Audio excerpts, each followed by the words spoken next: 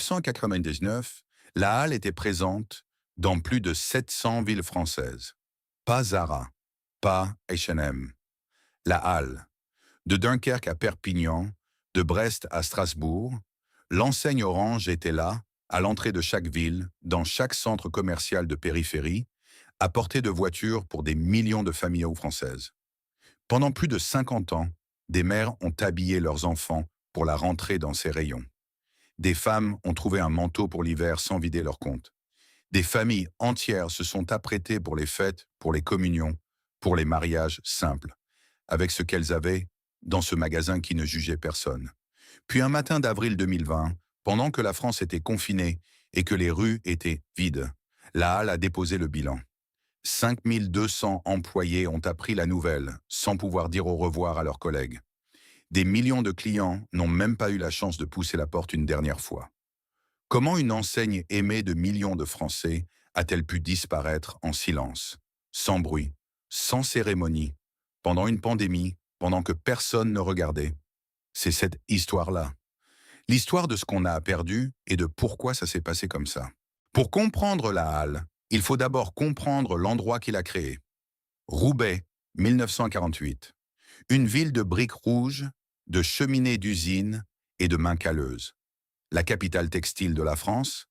Ici, on ne parle pas de mode. On parle de tissus, de métiers à tisser, de cadence et de salaire.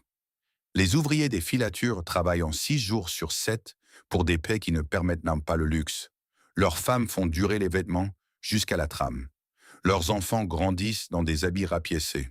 C'est dans ce contexte que naît l'idée fondatrice de la halle. Vendre des vêtements de qualité correcte, au prix le plus bas possible, sans intermédiaire, sans fioritures, sans prétention. Pas une boutique de mode, une halle, comme les halles de marché, un lieu ouvert, direct, honnête, où ce qui compte, c'est ce qu'il y a dedans, pas ce qu'il y a dehors. Le concept s'appuie sur la géographie industrielle du Nord. Les usines textiles de la région produisent des stocks excédentaires, des fins de série, des invendus, des surplus de fabrication. Plutôt que de les laisser dormir dans des entrepôts, la halle les achète en volume, les vend en direct et répercute l'économie sur le prix final. Pas de publicité coûteuse, pas de vitrines sophistiquées, pas de vendeuses en tailleur qui vous regardent de haut. Juste des vêtements et des prix que les gens peuvent payer. Les premiers clients ne viennent pas de loin. Ce sont les voisins, les ouvriers de l'usine d'à côté, les femmes du quartier, les familles nombreuses qui cherchent à habiller 4 enfants avant septembre. Ils poussent à la porte avec méfiance la première fois. Ils repartent avec des sacs pleins et l'impression rare d'avoir été bien traités. Imaginez ce premier magasin. Un espace rectangulaire, sobre, sans faux plafond décoratif. Des néons blancs qui éclairent des portants chargés à ras-bord. L'odeur caractéristique du tissu neuf, légèrement chimique, légèrement chaud, qui imprègne tout dès l'entrée. Des étiquettes de prix écrites gros, lisibles de loin, sans ambiguïté. Et au fond, une caisse unique avec une vendeuse qui connaît les clients par leur prénom. Ce n'est pas beau, ce n'est pas glamour, mais c'est réel et c'est utile. Ce qui distingue la halle de ses contemporains, ce n'est pas l'innovation créative. C'est une conviction morale, presque militante, sur ce que doit être le commerce. Dans la France de l'après-guerre, s'habiller correctement est encore une question de classe. Les grands magasins parisiens, le Bon Marché, les Galeries Lafayette, sont des cathédrales pour une bourgeoisie qui s'y promène le dimanche. Les ouvriers de Roubaix, de Laon, de Valenciennes n'y entrent pas. Pas parce qu'ils n'en ont pas le droit, mais parce que les prix, l'atmosphère et le regard des vendeurs leur signifient clairement qu'ils ne sont pas les bienvenus. La halle, elle, accueille tout le monde. C'est sa différence fondamentale. Ce n'est pas un magasin qui tolère la clientèle populaire, c'est un magasin qui a été construit pour elle, à partir d'elle, dans sa propre ville. Au fil des années 50 et 60, le modèle se consolide. Les gammes s'élargissent. Vêtements, femmes, hommes, enfants, puis chaussures. Les volumes d'achat augmentent, ce qui permet de négocier des prix encore plus bas auprès des fabricants. Chaque économie réalisée en amont est répercutée sur l'étiquette. C'est un cercle vertueux simple, mais redoutablement efficace, dans un pays où une large partie de la population vit avec des revenus modestes. Dans ces années-là, aller à la halle n'est pas encore un rituel national. C'est encore quelque chose de local, de nordiste, d'ancré dans une géographie et une culture de travail particulière. Mais les fondations sont posées. Une enseigne qui ne vend pas du rêve, qui vend de l'utile. Une enseigne qui ne promet pas la beauté, qui promet la dignité. Une enseigne qui ne s'adresse pas à ceux qui ont tout, mais à ceux qui font avec ce qu'ils ont. C'est cette promesse-là qui va traverser les décennies. C'est cette promesse-là qui va faire entrer des millions de Français dans ces magasins, année après année, génération après génération. Et c'est cette promesse-là qui un jour sera trahie, non pas par les clients, mais par ceux qui ont repris les rênes. Mais nous n'en sommes pas encore là. Dans les années qui suivent, la halle va quitter le Nord. Elle va s'installer dans les villes moyennes, puis dans les grandes. Il y a des souvenirs qui ne s'expliquent pas. Ils se sentent. L'odeur du tissu neuf sous les néons. Le bruit métallique des cintres qu'on fait glisser sur la tringle. La main d'une mère qui attrape une veste, la retourne, regarde l'étiquette, la repose, puis la reprend. La file devant les cabines d'essayage un samedi matin de septembre. Le sac plastique blanc et orange qu'on porte fièrement jusqu'à la voiture. Pour des millions de Français nés entre 1960 et 1981, ces images ne sont pas des souvenirs de vacances ou de fêtes extraordinaires. Ce sont des souvenirs ordinaires. Et c'est précisément pour ça qu'ils restent. La halle, dans les années 1980 et 1960, n'est pas un phénomène de mode. C'est un phénomène de société. Si la halle avait un moment sacré dans l'année, c'était celui-là. Fin août, début septembre, quand les listes de fournitures scolaires sont affichées dans les halls d'école et que les parents font leur compte. Il faut de nouvelles chaussures, un nouveau manteau, des pantalons qui passent pour l'hiver, et tout ça pour 2 enfants, parfois 3, avec un budget qui ne s'étire pas à l'infini. La halle était la réponse à cette équation impossible. On y allait en famille, souvent le samedi. Le père restait parfois dans la voiture. La mère entrait avec les enfants, liste en main, méthodique. Les enfants couraient vers les rayons, les garçons vers les sweats, les filles vers les robes. Et la mère les rappelait à l'ordre, comparait les tailles, retournait les étiquettes, calculait mentalement. Ce n'était pas du shopping de plaisir, c'était du shopping de nécessité. Mais la halle avait le don rare de rendre la nécessité supportable, parfois même agréable, parce que les prix permettaient d'acheter sans compter jusqu'au dernier centime, parce qu'on repartait avec des sacs pleins, parce que les enfants avaient ce qu'il leur fallait pour la rentrée, et parfois même un peu plus. Dans les familles ouvrières du Nord, de la Lorraine, de la banlieue lyonnaise, ce moment avait une valeur que le mot shopping ne suffit pas à décrire. C'était une forme de réassurance, la preuve qu'on s'en sortait, qu'on habillait ses enfants correctement, qu'on était de bons parents malgré tout. Si la rentrée était le moment utile, les soldes d'hiver étaient le moment festif. Janvier, 8 heures du matin. Devant les portes encore fermées de la halle, une file s'est formée dans le froid. Des femmes principalement, emmitouflées dans leurs manteaux, qui soufflent dans leurs mains gantées et parlent à voix basse à leurs voisines de file. Elles sont là depuis 7h30, certaines depuis 7 heures. Elles connaissent le magasin par cœur. Elles savent où sont les manteaux femmes, où sont les pulls enfants, où sont les chaussures à moins de 29 francs. Dès que les portes s'ouvrent, elles entrent en un avec une précision chirurgicale. Pas de bousculade, mais pas de temps perdu non plus. Chacune sait ce qu'elle cherche. C'est cet épisode-là, répété dans des centaines de villes françaises chaque premier mercredi de janvier, qui dit peut-être le mieux ce qu'était la halle à son apogée. Pas un magasin qu'on fréquentait par défaut. Un magasin où on voulait aller. Un magasin qui créait de l'impatience, de l'anticipation, du rituel. Derrière les portants et les étiquettes, il y avait des femmes. Majoritairement des femmes, entre 30 et 50 ans, qui habitaient à 10 minutes du magasin, qui connaissaient les clientes par leur prénom, qui savaient qu'Odette prenait du 44 en bas, mais du 42 en haut, et qui le lui rappelaient sans qu'elle ait à demander, qui rangeait les cabines d'essayage avec soin, repassait les vêtements froissés, répondait aux questions des mères débordées avec une patience que les grandes surfaces ne connaissent alors pas. Ces femmes n'étaient pas des vendeuses de mode. Elles étaient des figures de quartier. Dans les villes moyennes, Amiens, Limoges, Brest, Châlons en Champagne, la responsable de magasin La Halle était quelqu'un. Elle connaissait sa clientèle. Elle faisait partie du tissu social local. Certaines d'entre elles resteront 15, 20 ans dans la même enseigne. Pas par manque d'ambition, mais parce qu'elles avaient construit quelque chose de réel avec leurs clientes. Un lien de confiance qui ne se fabrique pas et ne se rachète pas. Il faut insister sur ce point, parce qu'il est au cœur de tout. La Halle n'était pas un magasin parisien. Ce n'était pas une enseigne des beaux quartiers, des centres-villes historiques, des rues piétonnes touristiques. C'était une enseigne de la France périphérique. La France des zones commerciales en entrée de ville, des parkings gratuits, des ronds-points et des supermarchés. Roanne, Épinal, Albi, Laval, Forbach. Des villes que les magazines de mode ne mentionnent jamais. Des villes où les habitants ne descendent pas à Paris pour faire du shopping, où ils font leur vie avec ce qui est là, à portée de voiture. Dans ces villes-là, la Halle n'était pas une option parmi d'autres. C'était souvent la seule option accessible pour habiller une famille correctement, sans faire 1 heure de route.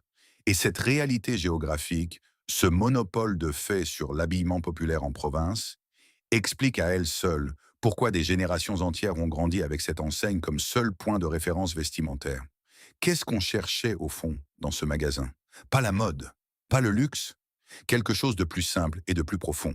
La possibilité de s'habiller avec dignité, avec ce qu'on avait. La Halle avait quelque chose que très peu d'enseignes commerciales parviennent à construire. Une clientèle héréditaire. Les grands-mères y avaient acheté leurs blouses dans les années 70. Leurs filles y avaient habillé leurs enfants dans les années 90. Et ces enfants, devenus adultes, y retournaient à leur tour. Non pas par nostalgie, mais parce que le rapport qualité-prix restait imbattable et parce que le magasin faisait partie du paysage mental de leur ville. Ce n'est pas anodin. Dans le commerce, la transmission générationnelle est le signe ultime d'une implantation réussie. Cela signifie que la marque est devenue plus qu'un commerce, elle est devenue un repère, un point fixe dans une géographie affective. Dans les années 1990, à l'apogée de la Halle, cette transmission était encore vivante. La mère qui entre avec sa fille de 8 ans pour acheter des chaussures de rentrée ne sait pas qu'elle lui transmet un souvenir. Elle achète des chaussures, c'est tout. Mais quelque chose se dépose, l'odeur, la lumière, la sensation du tissu, et cela reste. Ces enfants-là ont aujourd'hui 50 ans, et ils se souviennent. Mais pendant que les familles faisaient de la queue aux cabines d'essayage et que les responsables de rayon organisaient les soldes avec fierté, quelque chose se préparait, loin des magasins, dans des bureaux que les clients n'ont jamais vus. Une transformation allait s'opérer, d'abord invisible, puis impossible à ignorer.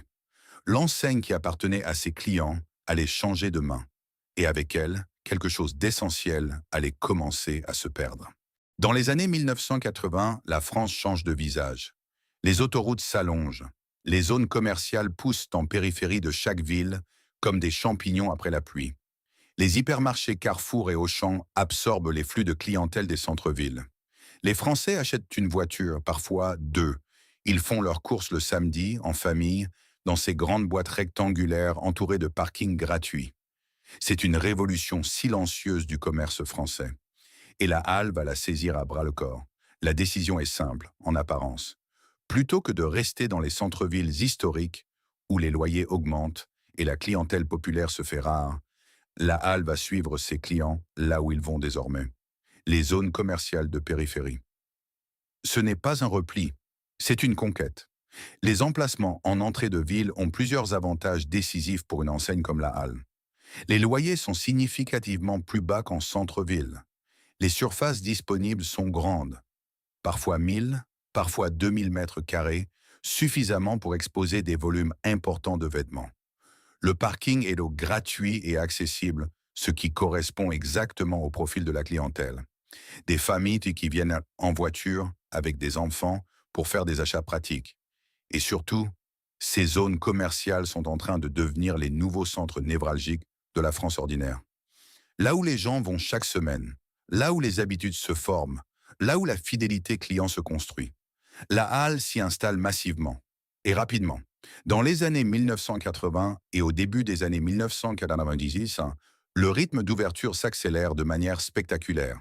Ce qui était une enseigne régionale ancrée dans le Nord devient en moins d'une décennie une présence nationale. La halle traverse la Loire, descend vers le sud-ouest, s'implante en Bretagne, en Alsace, en Rhône-Alpes. Chaque ouverture suit le même modèle éprouvé, une surface commerciale sobre, des portants chargés, des étiquettes lisibles, des prix imbattables. À la fin des années 1990, l'enseigne compte plus de 700 points de vente répartis sur l'ensemble du territoire. Un chiffre qui place la halle parmi les réseaux de distribution textile les plus denses de France, devant des concurrents bien plus médiatisés. Ce déploiement n'est pas le fruit du hasard. C'est le résultat d'une politique d'expansion méthodique, appuyée sur une connaissance précise de la géographie commerciale française et d'une compréhension intime des besoins de sa clientèle. Pour financer et accélérer cette expansion, la halle va rejoindre un ensemble plus grand. Le groupe Vivart, qui s'appelait encore André à ses débuts, est à cette époque l'un des plus grands groupes de distribution textile et chaussures de France. Il possède déjà plusieurs enseignes complémentaires. André pour les chaussures, Minelli pour le prêt-à-porter féminin moyen de gamme, puis progressivement Carole, Naf Naf, Koukaï, San Marina. L'intégration de la halle dans cet ensemble a une logique industrielle claire. Les volumes d'achat cumulés de toutes les enseignes du groupe permettent de négocier des tarifs fournisseurs que chaque enseigne seule ne pourrait jamais obtenir. Les infrastructures logistiques sont mutualisées. Les équipes de direction sont rationalisées.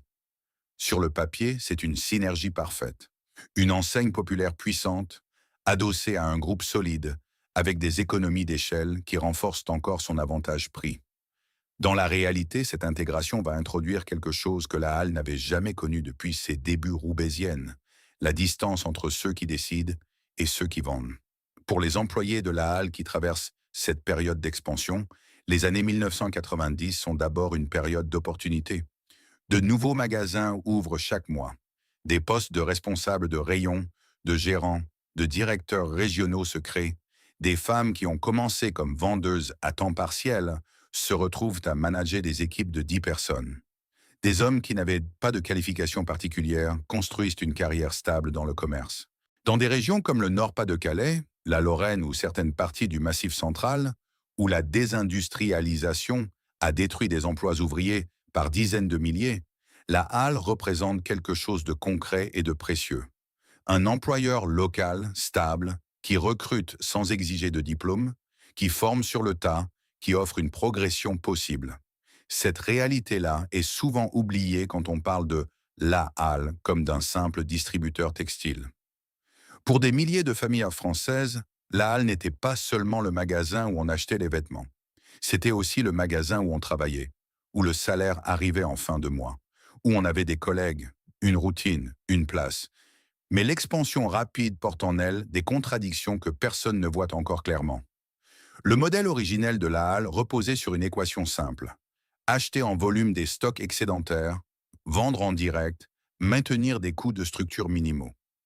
Ce modèle fonctionnait parfaitement à petite échelle, dans un contexte de proximité entre la direction et les magasins. À mesure que le réseau s'étend à 500, puis 600, puis 700 points de vente répartis sur tout le territoire, cette proximité devient impossible à maintenir. Les décisions d'achat sont centralisées. Les collections sont standardisées pour s'appliquer à l'ensemble du réseau, du magasin de Dunkerque à celui de Montpellier, avec des climates, des goûts et des morphologies pourtant différents. La standardisation, qui était une force industrielle, commence à devenir une limite commerciale.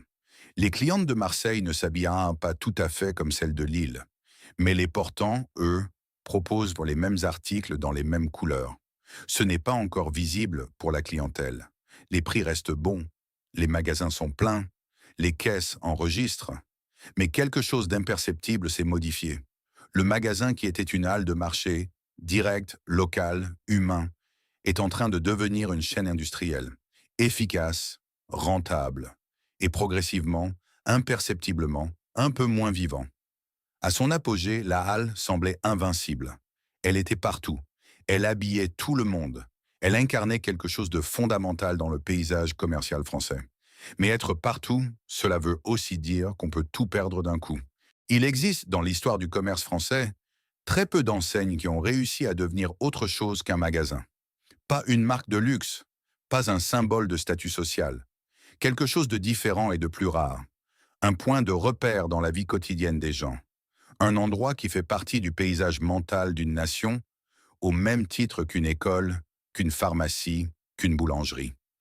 Dans les années 1990, la Halle est devenue cela, 700 points de vente. Le chiffre est connu, mais ce qu'il représente concrètement mérite qu'on s'y arrête. Cela signifie que dans la quasi-totalité des villes françaises de plus de 20 000 habitants, il y avait une La Halle.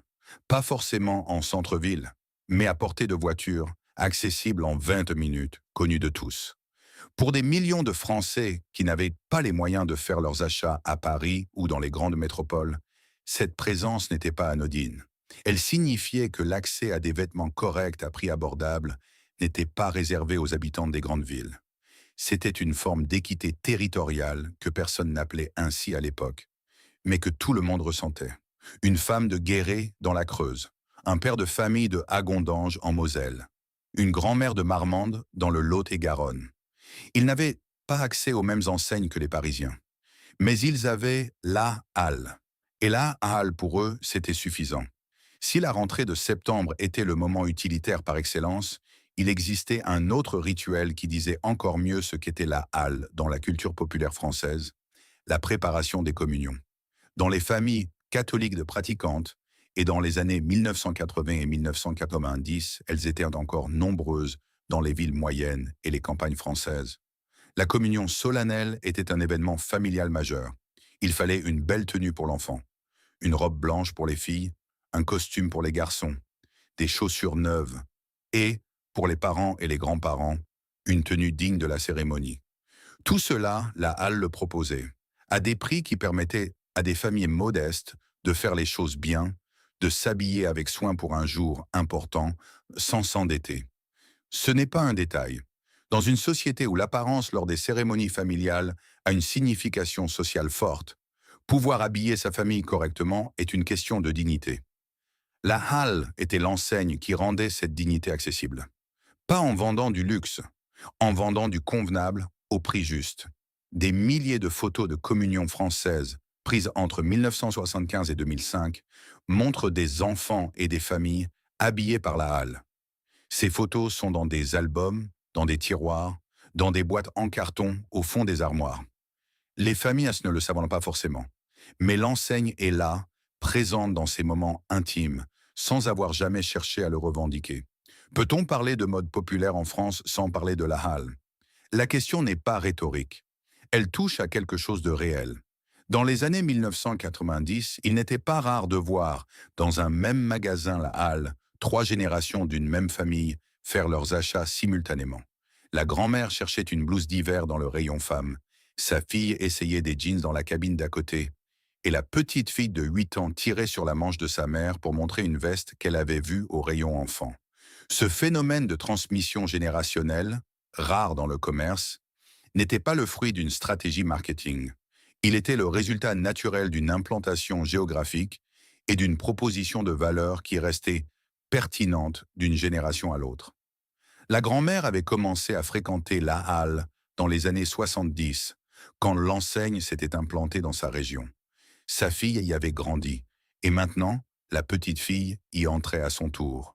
Non pas parce qu'on lui avait dit que c'était une bonne enseigne, mais parce que c'était simplement l'endroit où sa famille allait s'habiller. C'est cela, une marque ancrée. Pas un logo reconnu, pas un slogan mémorisé, un réflexe familial. Ce lien entre l'enseigne et ses clients ne s'entretenait pas tout seul. Il avait un visage humain. Dans chaque magasin La Halle, il y avait des femmes, rarement des hommes, qui incarnaient cette proximité au quotidien. Des vendeuses qui connaissaient leurs clientes régulières, qui savaient qu'une telle préférait les couleurs sombres, qu'une autre avait du mal à trouver des tailles pour ses jambes courtes, qu'une troisième venait toujours avec ses 2 fils le premier samedi du mois. Ces connaissances n'étaient inscrites nulle part. Elles n'étaient pas dans un logiciel CRM, pas dans une base de données client. Elles vivaient dans la tête et dans les habitudes de ces femmes qui passaient 40 heures par semaine dans ces magasins. C'était une forme de service client que les grands groupes du e-commerce ne parviendront jamais à reproduire avec un algorithme. Pas parce qu'ils ne le veulent pas, mais parce que cela ne s'industrialise pas. Cela se construit lentement, dans la durée, entre des personnes qui se voient de régulièrement et qui finissent par se connaître vraiment. Ces employés étaient, à leur manière, les gardiennes du lien entre la halle et ses clients. Et quand ce lien allait se rompre, ce serait elles qui en souffriraient le plus directement. En août 1990, un événement commercial apparemment anodin se produit en France. Zara ouvre ses premières boutiques françaises. L'enseigne espagnole du groupe Inditex propose quelque chose que la halle n'a jamais su ou voulu faire, renouveler ses collections toutes les 2 semaines.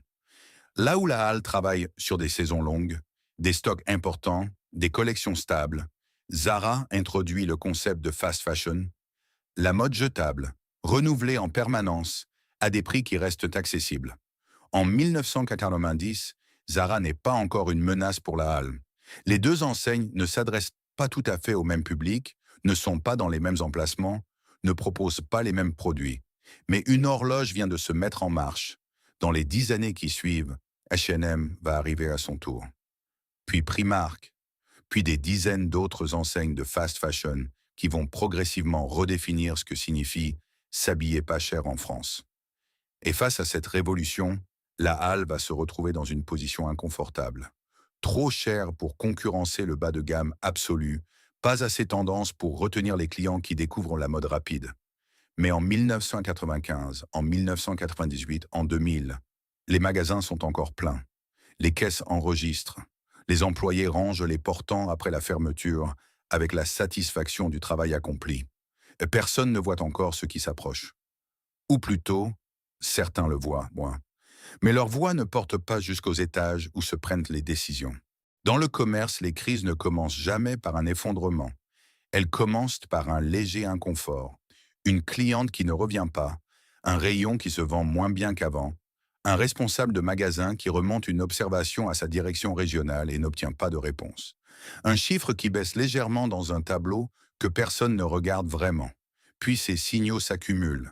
Et un jour, ce qui semblait être une anomalie passagère révèle sa vraie nature. Ce n'était pas une anomalie, c'était le début de la fin. Pour la halle, ce moment commence au tournant des années 2000. Pas brutalement, pas avec une catastrophe visible, avec une érosion lente, silencieuse et profondément injuste pour ceux qui la subissent sans l'avoir provoquée.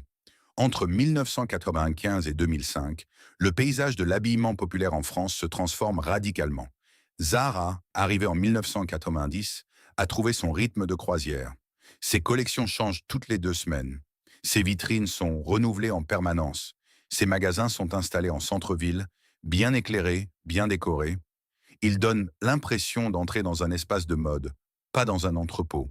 Et ses prix, sans être aussi bas que ceux de la halle, restent accessibles pour une large part de la clientèle. H&M ouvre ses premières enseignes françaises en 1998. Le géant suédois apporte avec lui un concept que les Français n'ont jamais vu à cette échelle. Des collections inspirées des tendances des défilés, produites en masse, vendues à des prix défiant toute concurrence. Les vitrines changent, les mannequins changent, la musique dans les magasins change. Tout est conçu pour donner aux clients l'impression de participer à quelque chose de vivant, de contemporain, de désirable. Face à ces deux nouveaux entrants, la halle propose toujours la même chose. Des vêtements corrects, à prix bas, dans des magasins fonctionnels. La proposition de valeur n'a pas changé. Mais le contexte, lui, a radicalement évolué. Désormais, s'habiller pas cher ne signifie plus automatiquement aller à la halle. Cela peut signifier aller chez Zara, chez H&M, bientôt chez Primark. Et ces enseignes-là offrent quelque chose que la halle n'a jamais vraiment cherché à donner. Le sentiment d'être dans la tendance. Le glissement se fait d'abord par le bas de la pyramide d'âge. Les clientes fidèles de la halle, les femmes de 50 ans, les mères de famille qui fréquentent l'enseigne depuis 20 ans, restent. Elles connaissent les prix. Elles font confiance aux produits. Elles n'ont pas besoin que leurs vêtements soient dans l'air du temps. Mais leurs filles, elles, découvrent H&M. Leurs petites filles le découvrent Zara. Et la transmission générationnelle qui avait été la force silencieuse de la halle commence à se gripper.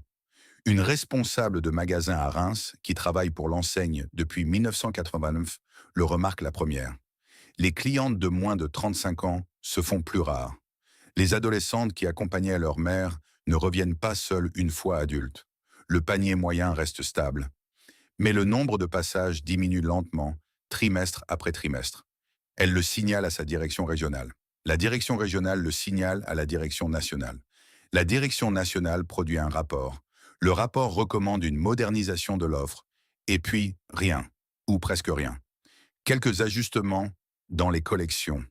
Une légère mise à jour du mobilier dans certains magasins.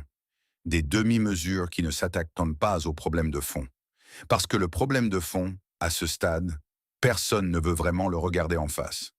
En 2007, un événement se produit qui va sceller le destin de la Halle et de toutes les enseignes du groupe Vivart.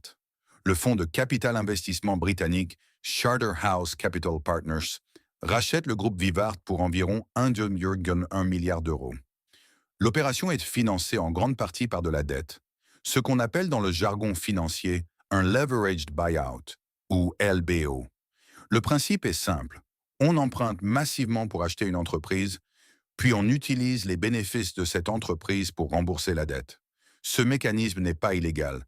Il est même courant dans le monde du capital investissement. Mais il a une conséquence directe et immédiate sur la gestion opérationnelle du groupe.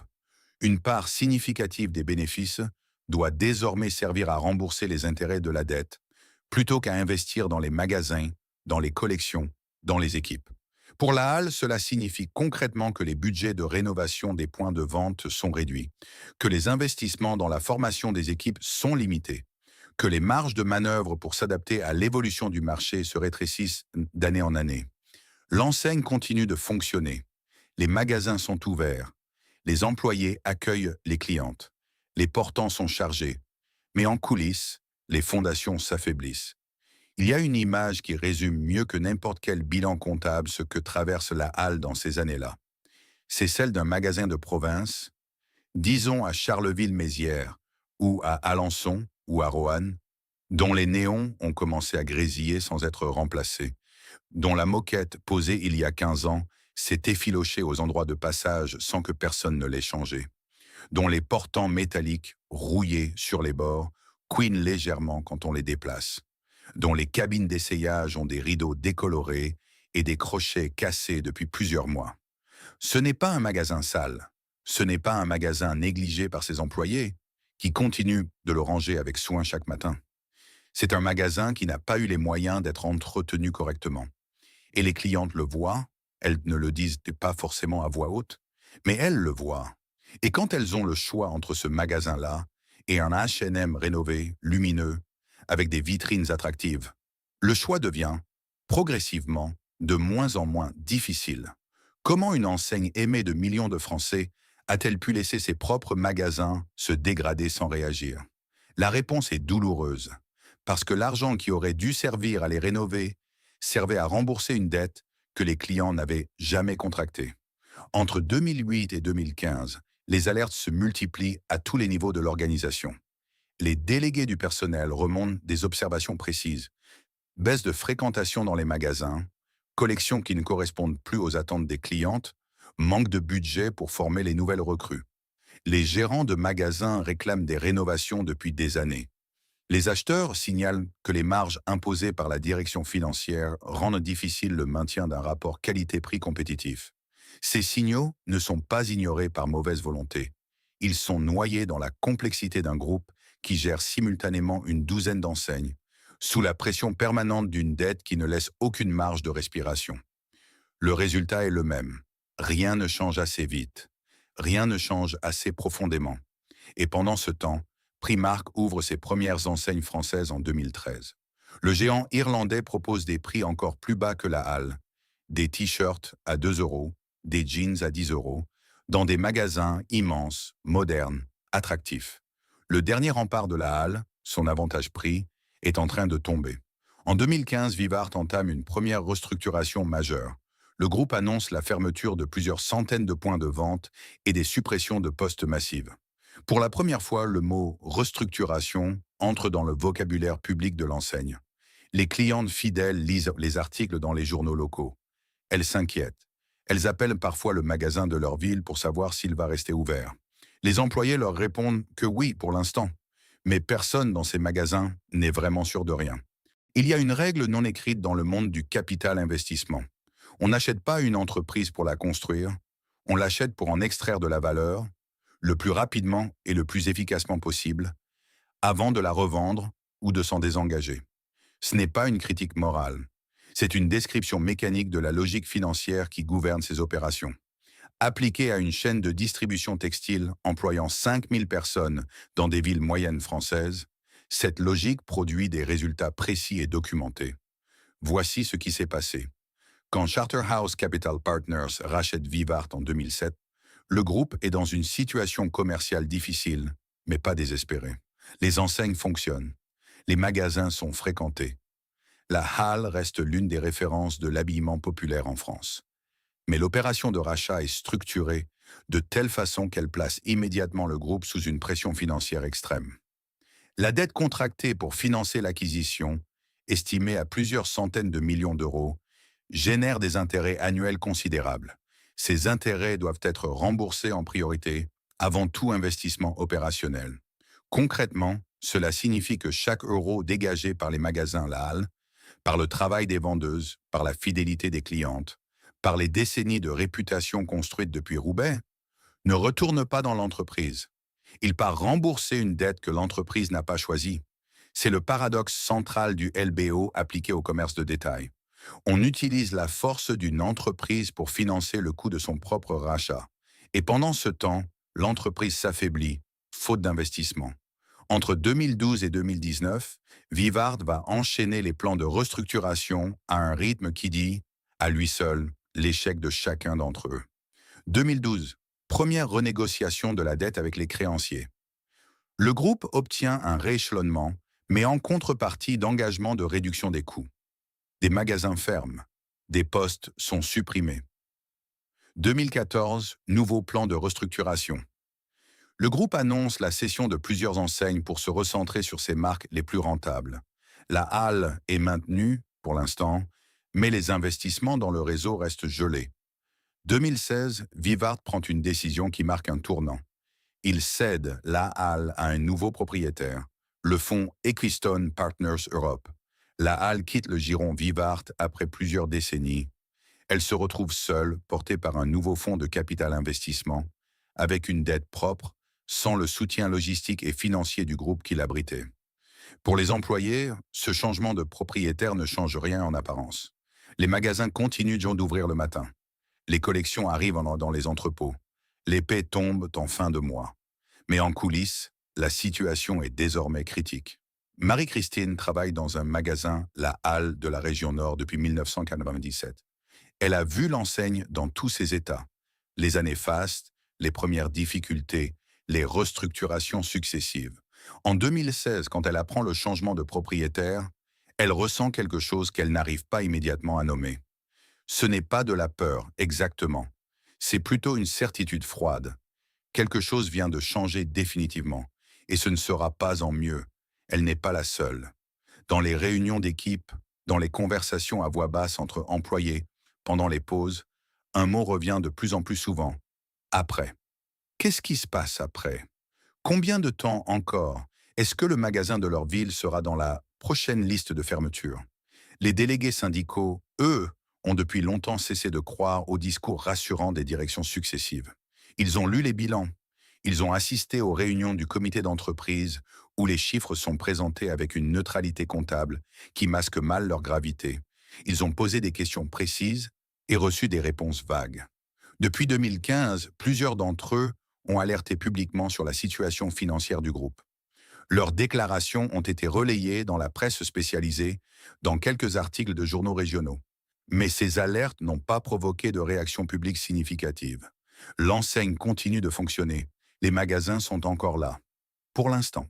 En 2018, sous la direction d'Equistone, la Halle annonce un nouveau plan stratégique. L'objectif affiché est de recentrer l'enseigne sur ses fondamentaux et de moderniser l'expérience client. Concrètement, cela se traduit par la fermeture de 200 points de vente supplémentaires et la suppression de plusieurs centaines de postes. Pour les employés des magasins concernés, la nouvelle arrive de manière brutale. Pas toujours par courrier officiel en premier, parfois par un article de presse lu le matin sur le téléphone, Parfois par un appel d'une collègue d'un autre magasin qui a entendu quelque chose. Parfois par une convocation à une réunion extraordinaire dont le sujet n'est pas précisé et dont on comprend en arrivant qu'elle n'apportera que de mauvaises nouvelles. Ces scènes se répètent dans des dizaines de villes françaises. À Metz, à Béziers, à Saint-Brieuc, à Montluçon. Des femmes qui ont parfois 15 ou 20 ans d'ancienneté apprennent qu'elles vont perdre leur emploi dans des villes où le marché du travail pour des femmes de plus de 45 ans, sans diplôme supérieur, est particulièrement difficile. Le plan de 2018 ne redresse pas la situation.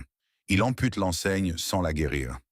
Les magasins qui restent ouverts sont toujours vieillissants, toujours sous-investis. Les collections ne répondent toujours pas aux attentes d'une clientèle qui a évolué. La fréquentation continue de baisser. Il faut nommer une réalité que les communiqués de presse n'énoncent jamais clairement.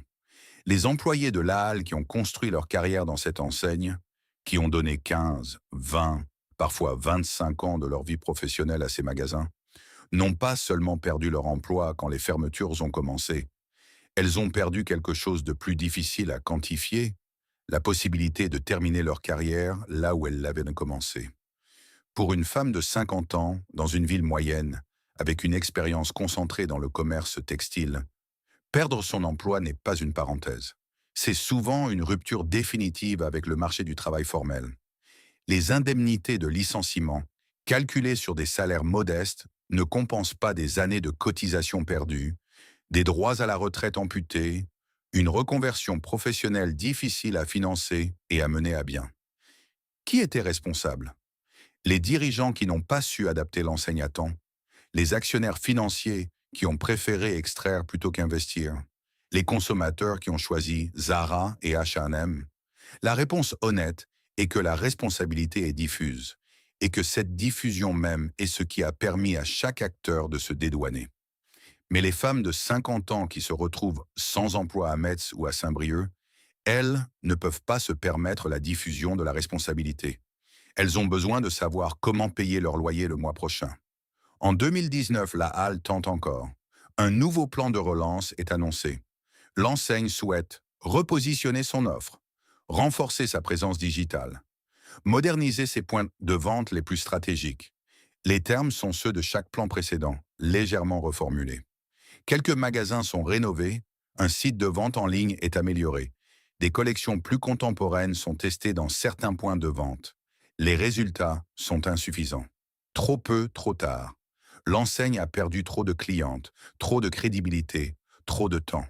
La dette pèse toujours. Les marges sont inexistantes. À l'automne 2019, les équipes dirigeantes savent que la situation est très probablement irréversible. Que sans un événement extérieur majeur, une injection de capital frais, une acquisition par un groupe solide, un retournement spectaculaire du marché, la Halle ne survivra pas. Cet événement extérieur majeur va arriver, mais ce ne sera pas celui qu'on espérait. En décembre 2019, dans un marché de Wuhan, en Chine, quelque chose commence. Et en mars 2020, quand les premières ordonnances de confinement sont signées à Paris, la Halle ferme ses 700 magasins en une nuit. Cette fois, ils ne rouvriront pas tous. Le 17 mars 2020, à midi, la France s'arrête. Le Premier ministre annonce le confinement général. Les commerces non essentiels ferment immédiatement. Dans les 700 magasins, la Halle répartie sur tout le territoire, les responsables baissent les rideaux métalliques, éteignent les néons, tournent la clé dans la serrure et rentrent chez eux sans savoir quand ils reviendront. Pour beaucoup d'entre elles, ce sera la dernière fois qu'elles fermeront ce magasin. Il faut imaginer ce que ressemble une zone commerciale française au printemps 2020. Ces espaces qui, quelques semaines plus tôt, bourdonnaient de voitures, de familles, de bruits de caddies et de conversations, ils sont désormais vides. Les parkings sont déserts. Les enseignes lumineuses sont éteintes. Les vitrines reflètent un ciel vide. Devant chaque magasin, la Halle, un rideau baissé. Derrière ce rideau, des portants chargés de vêtements de printemps qui n'ont jamais été achetés. Des collections entières qui attendaient des clientes qui ne sont pas venues. Des cabines d'essayage vides avec leurs rideaux tirés. Des caisses fermées. Pour les employés confinés chez elles, les premières semaines sont étranges. On attend. On espère que ça durera peu. On regarde les nouvelles. On se dit que dans quelques semaines, tout reprendra comme avant. Mais les semaines passent et les nouvelles ne s'améliorent pas. Le 22 avril 2020, pendant que la France est encore confinée et que les médias sont entièrement focalisés sur les chiffres de l'épidémie, une information passe presque inaperçue dans les pages économiques des journaux. La Halle dépose une demande de placement en redressement judiciaire auprès du tribunal de commerce de Paris. 5 mots techniques dans le jargon juridique du droit des entreprises. Mais derrière ces 5 mots, 5200 emplois, des décennies d'histoire, des centaines de villes françaises qui vont perdre un commerce qu'elles fréquentaient depuis des années. La direction de l'enseigne explique que la fermeture forcée liée au confinement a rendu la situation financière, déjà très fragilisée, définitivement intenable. Les charges fixes continuent de courir. Loyer, salaire, remboursement de dettes. Les recettes, elles, sont à zéro depuis 5 semaines. C'est vrai, le confinement a porté le coup fatal. Mais il ne faut pas se tromper sur la chronologie. La Halle n'est pas morte du Covid. Elle est morte d'une décennie d'affaiblissement progressif, de dettes accumulées, d'investissements différés, de restructuration insuffisante. Le Covid a simplement décidé de la date. Le 25 juin 2020, le tribunal de commerce de Paris rend son jugement. Pas de repreneur, pas d'offre de rachat viable pour l'ensemble du réseau. La liquidation judiciaire est prononcée pour la majeure partie de l'enseigne.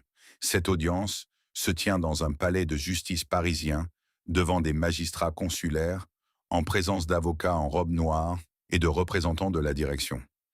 C'est une procédure formelle codifiée, dépourvue d'émotions apparentes. À quelques centaines de kilomètres de là, dans un appartement de Valenciennes, Nathalie, responsable de magasin depuis 18 ans, apprend la nouvelle sur son téléphone. Elle est chez elle depuis 3 mois. Elle n'a pas pu retourner dans son magasin depuis le 17 mars. Ses affaires personnelles sont encore dans le tiroir de son bureau. Une photo de ses enfants, un agenda, un stylo qu'elle avait depuis des années. Elle ne pourra jamais les récupérer. Le magasin a été fermé à clé. Et maintenant il est liquidé. Dans des circonstances normales, la fermeture d'une enseigne commerciale suit un protocole reconnaissable. Il y a des soldes de liquidation, ces ventes de fin de stock où les clients se pressent pour acheter ce qui reste à prix cassé. Il y a un dernier jour d'ouverture, annoncé à l'avance, où les habitués viennent une dernière fois. Où les employés disent au revoir aux clientes qu'elles connaissent depuis 20 ans. Où on prend des photos, où on pleure un peu, où on se serre dans les bras. Ce rituel de clôture, aussi douloureux soit-il, a une fonction. Il permet de faire le deuil. Il donne une forme à la fin. Il reconnaît que quelque chose d'important s'est passé ici et que ça mérite d'être marqué. La liquidation de la Halle n'a pas eu ce rituel. Les magasins étaient déjà fermés depuis 3 mois quand la décision a été prise. Les clients n'ont pas pu faire leurs adieux. Les employés n'ont pas pu se retrouver une dernière fois dans les rayons qu'elles avaient tenus pendant des années. Pas de dernier jour, pas de cérémonie, pas même la dignité d'une fermeture officielle devant les clientes. Juste un rideau baissé depuis le 17 mars. Et un jour, la certitude qu'il ne remonterait plus. Les économistes parlent de destruction de postes. Les journalistes écrivent suppression d'emplois. Les communiqués officiels mentionnent les salariés concernés par le plan social. Derrière ces formules, il y a des personnes. Il y a Fatima, caissière depuis 14 ans dans un magasin de la région lyonnaise. Elle a 51 ans. Elle n'a pas de diplôme au-delà du BEP. Elle a élevé ses 3 enfants avec ce salaire. Elle ne sait pas encore ce qu'elle va faire. Il y a Patrick, responsable logistique dans un entrepôt de distribution, qui a rejoint la Halle en 1998 après la fermeture de l'usine où son père avait travaillé. Il avait cru construire quelque chose de stable. Il avait 49 ans. Il y a Sylvie, gérante d'un magasin de taille moyenne dans le Pas-de-Calais, qui a formé une vingtaine de jeunes femmes au cours de sa carrière. Leur premier emploi, leur premier contrat, leur première fiche de paye. Elle pensait finir sa carrière là. Elle avait encore 6 ans avant la retraite. Ces histoires ne sont pas exceptionnelles. Elles sont représentatives. Sur les 5200 personnes qui ont perdu leur emploi, la grande majorité correspond à ce profil. Des femmes, entre 40 et 55 ans, dans des villes moyennes, avec une expérience concentrée dans le commerce textile, face à un marché du travail qui n'a pas grand-chose à leur offrir. La fermeture de la halle ne détruit pas seulement des emplois. Elle détruit des équilibres commerciaux locaux que des décennies avaient construits. Dans les zones commerciales de périphérie, la halle était souvent une enseigne locomotive, un magasin suffisamment connu et fréquenté pour attirer des clients qui, en venant, passaient aussi devant d'autres commerces. Sa disparition crée des trous dans ces zones, des locaux vides, des parkings moins fréquentés, des flux de clientèle qui diminuent pour les commerces voisins. À Forbach, en Moselle, le magasin La Halle occupait depuis 22 ans un emplacement de 600 mètres carrés dans la principale zone commerciale de la ville. Après sa fermeture, le local est resté vide pendant plus d'un an. La zone commerciale a perdu un tiers de sa fréquentation. À Aurillac, dans le Cantal, la halle était l'un des rares points d'achat textile accessibles sans voiture pour les habitants du centre-ville. Son départ a laissé un vide que rien, 2 ans après, n'a encore comblé. Ces situations se répètent dans des dizaines de villes françaises, pas assez grandes pour faire la une des journaux nationaux, mais assez importantes pour que les habitants le ressentent dans leur quotidien. Dans les semaines qui suivent le jugement de liquidation, plusieurs repreneurs se manifestent pour racheter des parties du réseau. Le groupe Eram, spécialiste de la chaussure, exprime son intérêt pour certains magasins. Des investisseurs locaux proposent de reprendre des points de vente isolés. Quelques enseignes concurrentes étudient la possibilité de récupérer des emplacements intéressants. Au final, une fraction seulement des magasins trouve un repreneur. La majorité des points de vente ferment définitivement. Les reprises partielles permettent de sauver quelques centaines d'emplois, mais dans des conditions et sous des formes qui n'ont plus grand-chose à voir avec la halle originelle. Ce que ces tentatives révèlent, c'est que le problème n'était pas l'absence d'actifs. Les emplacements commerciaux avaient de la valeur. Les équipes avaient de l'expérience. La clientèle existait encore. Le problème était la dette. Une dette tellement lourde qu'elle rendait toute reprise globale financièrement impossible. Une dette qui n'avait pas été contractée pour développer l'enseigne, mais pour financer son propre rachat, des années plus tôt, par des investisseurs qui en sont repartis avant la catastrophe. Quelque part en France, dans un entrepôt de liquidation judiciaire, des portants métalliques chargés de vêtements de printemps 2020, des collections qui n'ont jamais été vendues, attendent d'être dispersées aux enchères. Des robes légères pour l'été, des pantalons de lin, des chemisiers à fleurs. Des vêtements que des femmes auraient achetés pour aller au marché, pour rendre visite à leur famille, pour passer un dimanche au jardin. Ils ne seront jamais portés par les personnes pour qui ils avaient été conçus. C'est peut-être l'image la plus juste de ce qu'a été la fin de la halle. Pas un effondrement spectaculaire, pas une catastrophe visible, juste des vêtements qui attendaient des clientes qui ne sont jamais venues et un rideau qui, un jour de mars 2020, s'est baissé pour la dernière fois. Quand une enseigne disparaît, le monde ne s'arrête pas. Les zones commerciales continuent de fonctionner. Les clients trouvent d'autres endroits où acheter leurs vêtements. Les baux commerciaux sont résiliés, renégociés, parfois repris. La vie économique absorbe le choc et continue. Mais quelque chose reste. Quelque chose qui ne se mesure pas dans les statistiques de la distribution textile, qui n'apparaît pas dans les rapports des chambres de commerce, qui ne fait pas la une des journaux économiques. Un vide, discret, persistant, réel. Dans les mois qui ont suivi la liquidation, les emplacements commerciaux, libérés par la halle, ont connu des destins variés. Certains ont été repris rapidement par des enseignes concurrentes. Kiabi, Action ou des enseignes de déstockage ont récupéré quelques-uns des meilleurs emplacements. Ceux qui étaient bien situés, bien dimensionnés, dans des zones à fort trafic. Pour ces magasins-là, la transition a été relativement rapide. Les locaux ont rouvert sous de nouvelles enseignes, souvent dans les mois suivant la fermeture. Mais pour une large partie du réseau, notamment dans les villes moyennes et les zones commerciales moins fréquentées, les locaux sont restés vides. Parfois plusieurs mois, parfois plus d'un an, parfois encore aujourd'hui. Et là est la différence fondamentale entre ce qui a remplacé la halle et ce qui ne l'a pas remplacé. Kiabi existe depuis longtemps. Action vend des produits variés à prix cassés. Primark est implanté dans les grandes villes. Ces enseignes répondent à une partie des besoins que satisfaisait la halle. Mais aucune d'entre elles ne couvre exactement le même territoire géographique, ne s'adresse exactement au même profil de clientèle, n'occupe exactement la même fonction sociale dans les villes moyennes de la France profonde. La femme de 60 ans à Guéret, à Mende, à Rochefort, qui allait à la halle depuis 20 ans parce que c'était accessible, connu, rassurant, n'a pas nécessairement trouvé un équivalent à proximité. Elle s'est adaptée. Elle commande peut-être sur Internet. Elle fait peut-être un trajet plus long pour aller dans une enseigne concurrente. Elle achète peut-être moins. Mais l'enseigne qui était là, à portée de voiture, qui connaissait ses goûts et ses tailles, elle n'est plus là. Le suivi des 5200 salariés de la halle après la liquidation révèle une réalité que les statistiques globales tendent à lisser. Une partie d'entre eux a retrouvé un emploi dans le commerce, chez des concurrents qui recrutaient, dans d'autres enseignes de distribution. Ces reconversions ont été facilitées par l'expérience commerciale acquise et par le fait que le secteur de la distribution, même fragilisé, reste pourvoyeur d'emplois. Mais une autre partie, difficile à quantifier précisément, mais significative, a rencontré de sérieuses difficultés. Les femmes de plus de 50 ans, avec une expérience concentrée dans le textile, dans des bassins d'emploi peu dynamiques, ont été les plus exposées. Certaines ont basculé vers des contrats précaires. D'autres ont épuisé leurs droits au chômage sans retrouver un emploi stable. D'autres encore ont pris une retraite anticipée, souvent avec des droits amputés par les années de carrière perdues. Ces trajectoires individuelles ne font pas la une des journaux. Elles ne génèrent pas de communiqués de presse.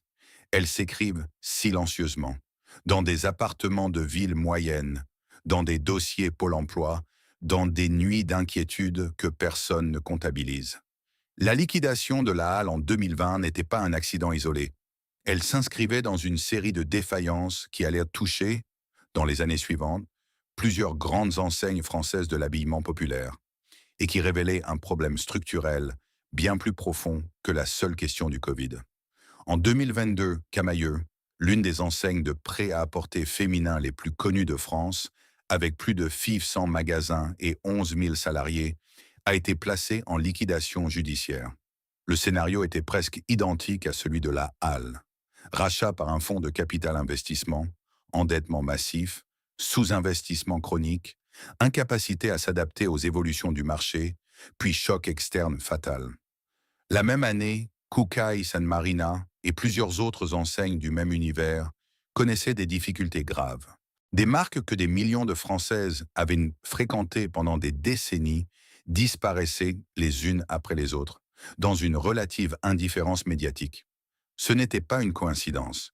C'était la démonstration d'un modèle économique brisé, celui du LBO appliqué au commerce de détail, et d'une incapacité collective à tirer les leçons de chaque faillite avant que la suivante ne survienne. Il existe une leçon dans l'histoire de la halle.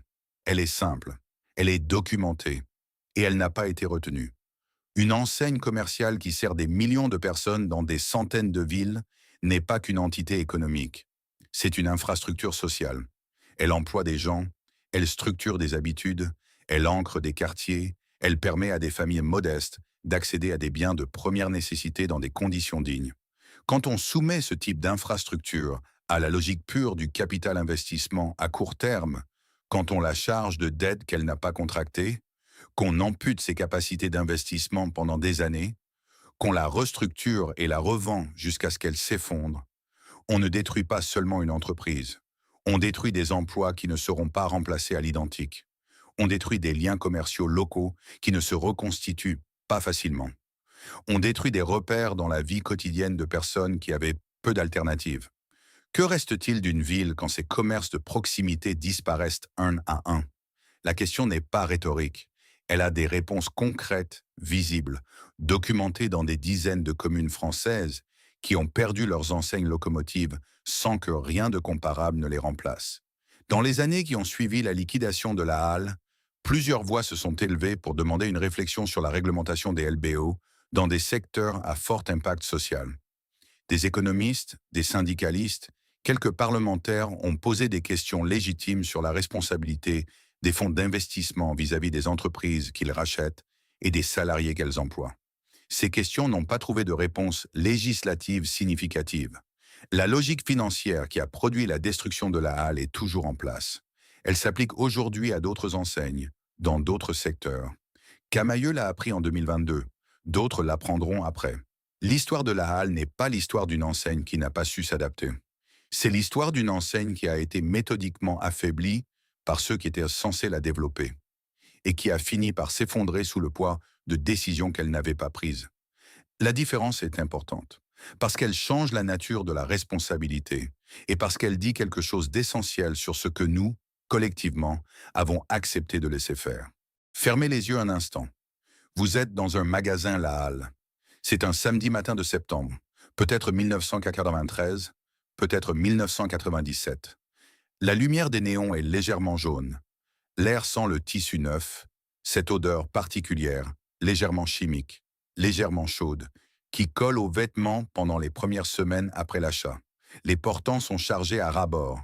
Les étiquettes de prix sont écrites gros, lisibles de loin, sans ambiguïté. Il y a du bruit, des cintres qu'on fait glisser, des conversations entre mères, un enfant qui appelle depuis le rayon d'à côté. Il y a du mouvement, des mains qui soulèvent des vestes, qui retournent des étiquettes, qui comparent deux pulls en les tenant à bout de bras devant la lumière. Il n'y a pas de musique branchée, pas de mannequin sophistiqué, pas de vendeuse en tailleur qui vous regarde entrer avec un sourire calibré. Il y a juste des gens ordinaires dans un magasin ordinaire, qui font quelque chose d'ordinaire et d'essentiel. Ils habillent leur famille avec ce qu'ils ont. C'est tout. Et c'était suffisant. La halle n'a jamais vendu du rêve. C'était même, d'une certaine manière, sa fierté discrète. Pendant que les grandes enseignes de mode construisaient des univers désirables, des atmosphères aspirationnelles, des promesses de transformation par le vêtement, la halle proposait autre chose. Quelque chose de moins glamour et de plus profond. La possibilité de s'habiller correctement, avec dignité, sans se ruiner. Cette proposition-là avait une valeur que les études de marché ne savent pas mesurer. Pour une mère de famille dans le Nord-Pas-de-Calais, au début des années 80, qui devait habiller 3 enfants pour la rentrée avec un budget serré, la halle n'était pas un choix par défaut. C'était une solution concrète, accessible, fiable. Une solution qui lui permettait de rentrer chez elle avec des sacs pleins et la satisfaction d'avoir bien géré, d'avoir été une bonne mère malgré les contraintes. Pour une femme de 60 ans dans une ville moyenne, qui n'avait ni le temps ni les moyens de faire des heures de route pour trouver un manteau décent, la halle était la preuve que la France ordinaire méritait d'avoir accès aux mêmes choses que la France des grandes villes. Pas aux mêmes choses luxueuses, aux mêmes choses nécessaires. Pour une jeune vendeuse de 25 ans qui cherchait son premier emploi stable, dans une région où les usines fermaient les unes après les autres, la halle était une porte d'entrée. Un premier contrat, un premier salaire, un premier lieu d'appartenance professionnelle. Ce que la halle a donné à ces personnes, et à des millions d'autres, ne figure dans aucun bilan comptable. Cela ne se mesure pas en chiffre d'affaires, en marge brute, en retour sur investissement.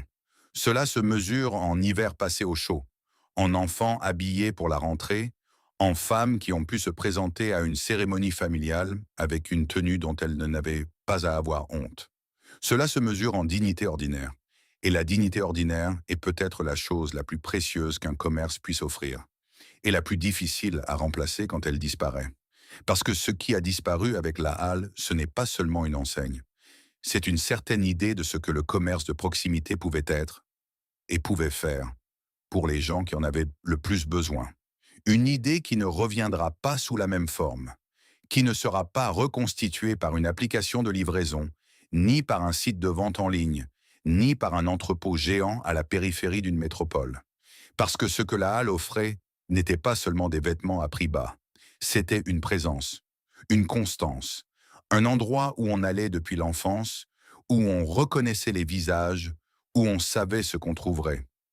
Un endroit qui faisait partie du paysage de la vie, aussi naturellement qu'une pharmacie, aussi silencieusement qu'une boulangerie. Ces endroits-là, quand ils disparaissent, laissent des vides que personne ne voit vraiment, parce qu'ils ne font pas de bruit en tombant.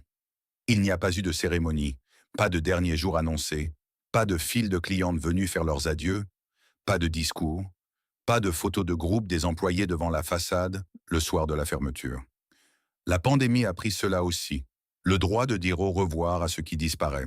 Les rideaux étaient déjà baissés depuis des semaines quand la décision a été rendue.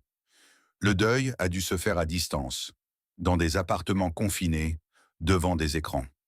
Alors faisons-le maintenant.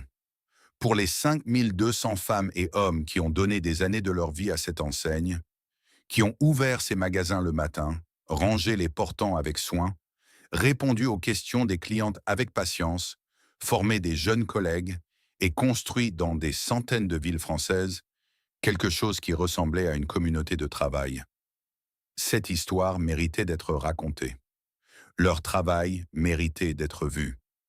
Pour les millions de clientes qui ont poussé ces portes pendant 50 ans, qui ont trouvé là, souvent sans le chercher, plus que des vêtements, un endroit qui les acceptait telles qu'elles étaient, avec ce qu'elles avaient, merci d'avoir gardé ces souvenirs vivants.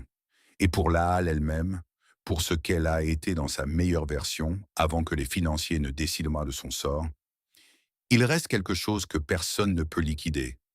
Quelque part en France, une femme de 60 ans se souvient encore de l'odeur de ce magasin. Le tissu neuf sous les néons, le bruit des cintres, la chaleur en hiver. Elle n'y retournera plus jamais.